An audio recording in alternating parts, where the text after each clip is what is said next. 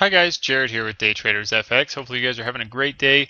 We've had some great trades today, and we have some very nice setups coming up. You can see real quick here, market set to close in just a couple of minutes. Dow looks like it'll close right around 100 points in positive. S&P up 15. Everything's had a pretty good day. As far as U.S. news goes today of any significance, we've seen the ISM non-manufacturing PMI come out, which was exactly as expected. So that didn't really cause the market to do much, except for continue going the direction of our entry we had on the euro dollar this morning, which was nice. Aussie dollar has retail sales coming out in just about 3.5 hours, so keep an eye on that. And then coming into tomorrow, just quickly looking at the calendar tomorrow, we see nothing for the European or U.S. sessions, nothing until the early afternoon when we have New Zealand employment numbers, and then slightly later in the afternoon we have Australian employment numbers. So those should both be pretty big movers.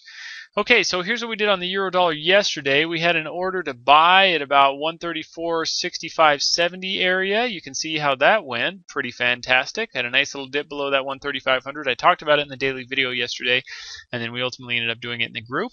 Got a nice little run there. Very good little move. And then today we got in once again on a dip at 135.10 and wrote it up for a quick 40 pips. Nice little move there, and it ultimately did end up pushing higher. So good day on the euro dollar.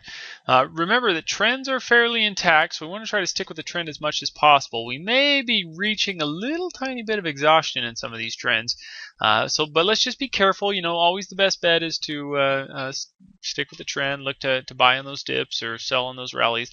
Euro dollar is kind of, pulling back in this area, but you can see that our channel here puts the euro dollar only about in the middle of it. So we shouldn't expect too much pullback out of this, although we might see it. I'm kind of generally interested in possibly buying off of about 135.50.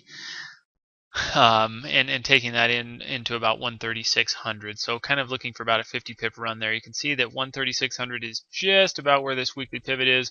We get a little bit of retracement down to this daily pivot, maybe just a hair lower, once again about that 135.50, and it should give us a nice little run up into that weekly pivot. So it should be a good move, and I'm kind of looking for that to happen. So that's what we've got so far. But, that one's still kind of, I'm going to have to watch and see, and I'll probably send out a Twitter message letting people know that I'm kind of interested in that level, because otherwise I don't see anything too great. The euro dollar is kind of just right in the middle. So again, just getting in on some kind of existing support is really where, kind of where I see things going for the moment. And we see that, here's our low of about Thursday of last week, and that's kind of in that 135.45.50 area. And hopefully that'll offer enough support to buy off of. But otherwise, I don't have anything very exciting to get into at this moment. We have seen some failure off this about 135.90-ish or so area, 85.90. We can see that there was some pretty solid resistance there, some nice support. Broke out, nice resistance once again. So we're kind of, we're struggling with that area. Maybe an open above that could give us one little last push up, and there could be a little scalp opportunity with an open above that current resistance there. But again, I'm kind of just holding out on the euro dollar just a little bit. Pound dollar's made a nice little move. It's run down very nicely, continued on with its trend. Euro dollar's in an uptrend, the pound dollar's in a downtrend. We can see that from the last about month and a half or so. It's just kind of been tanking ever since we had this big long failure off of 163.00. And it's been coming down and down and down. One thing interesting that the pound dollar has done, if you look at a monthly chart, not sure why I adjusted that trend line, but on a monthly chart, you can see right here that the pound dollar has just come right back to this monthly trend line, literally right on the money. So you can see that we started all the way at this low here, which was, good grief, this wasn't that long ago, and I still just kind of semi-remember the pound dollar being at 135.00. It seems like it was forever ago. But we started at 135.00, we ran up, and then back down, and we've just been testing this trend line, testing it, and we haven't touched the trend line since the last time we came in contact with it would have been about June of 2012, excuse me. So only about 7 months ago. And now here we are right back to it again. And so far it's bounced every time. So you can see that that's been a very nice little trend line, a very good level of support. And this could this could push the market back up again. Likewise, if it does break, we could see a very significant movement to the downside, but that trend line is going to be something to keep an eye on. So we could be encountering some pretty heavy support currently at that level. Um, and um, and so we just want to kind of watch that.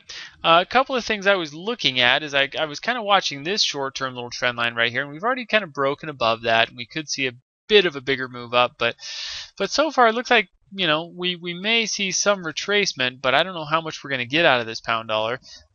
We had a nice little trade on here yesterday and caught some of that spike down before it went back up, and then it made the big move down. So I'm just going to kind of watch that trend line and see how that goes for the next little while, and just see how that plays out. I don't have any real specific entry that I'm looking for in that pair just yet. This one, though, does get a little bit interesting, mostly on the daily chart. Daily chart on the euro dollar is what I'm more interested in at this point, and most interested, is the 200-day moving average, which is what the Aussie dollar has continued to bounce off of. And you can see that it's currently sitting at about 103.80, 85 or so, and the market's only sitting at about 103.90. 98, so we're not too many pips off of it, really 10 or 15 pips away. If we can get an open below this 200-day moving average, I think that's going to be very significant, because we have not been able to do that for 3 months now. We've tested it a good couple of times. We've broken this trend line. Everything good's happening here, but this is kind of the final straw to break the camel's back, so to speak, on getting this run down and this big move down. You can see on our weekly chart that we've kind of been descending, just gradually since the high of 2011, which was all the way up here around 108, or excuse me, 110. 80 area. So we had a nice little double top up there, and then the Aussie dollar has been coming down since. And so since we have kind of been coming down the last year and a half and have broken this trend line, I'm expecting for a bigger move down. And if we get that move down, we could very likely take this pair into support down here at 97, 9,700, 9,650. We could really have a big move down on this pair. We just are kind of waiting. So overall, from this look right here, I'm pretty bearish on the Aussie dollar. We're a good little chunk from that recent high, 200, a little over 200 pips, which isn't the largest amount. But once we get below this, I'm hugely bearish, and I'm going to be jumping big time on board for that run down into, at least into parity. I think we have at least a 300 pip run and then some.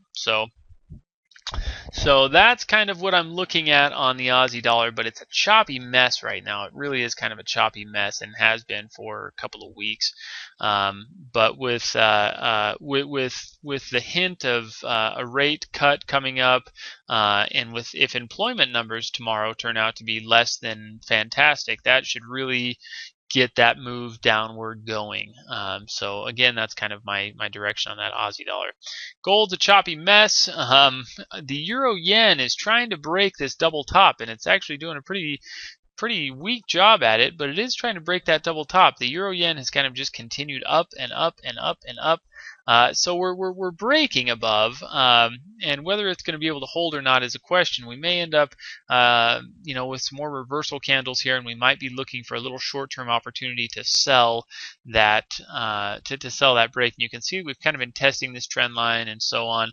If we start to get back below that support, back below 126.90, back below the trend line, I think we might have a nice opportunity to just grab a couple of pips on the downside here into our 200-day moving average is all the way down here at 125.60. So we're 130, 140 pips away. There's some nice potential for some big retracement on the euro yen. So I'm kind of just watching that trend line. I'm watching that support now. I'm watching this double top and seeing if that's going to turn into some good support. And if we get a break back below 126.90, we might really be on a little bit of a correction, a little bit of a move down. Remember, we still have a missed pivot all the way back here at 122 and change, surprise, surprise, a couple hundred pips away. So these levels do need to be hit. They do need to get tested, and I'm waiting for that to happen. Aussie yen has already broken the high of our double top. We talked about this yesterday. So I don't know what's wrong with that chart still, but it's messy looking. We've broken a reversal candle, we've broken that double top, and it's just running up into some of these significantly high levels. We're going to start to get into this heavy consolidation you can see here back in 2006, 2007, and even in 2008.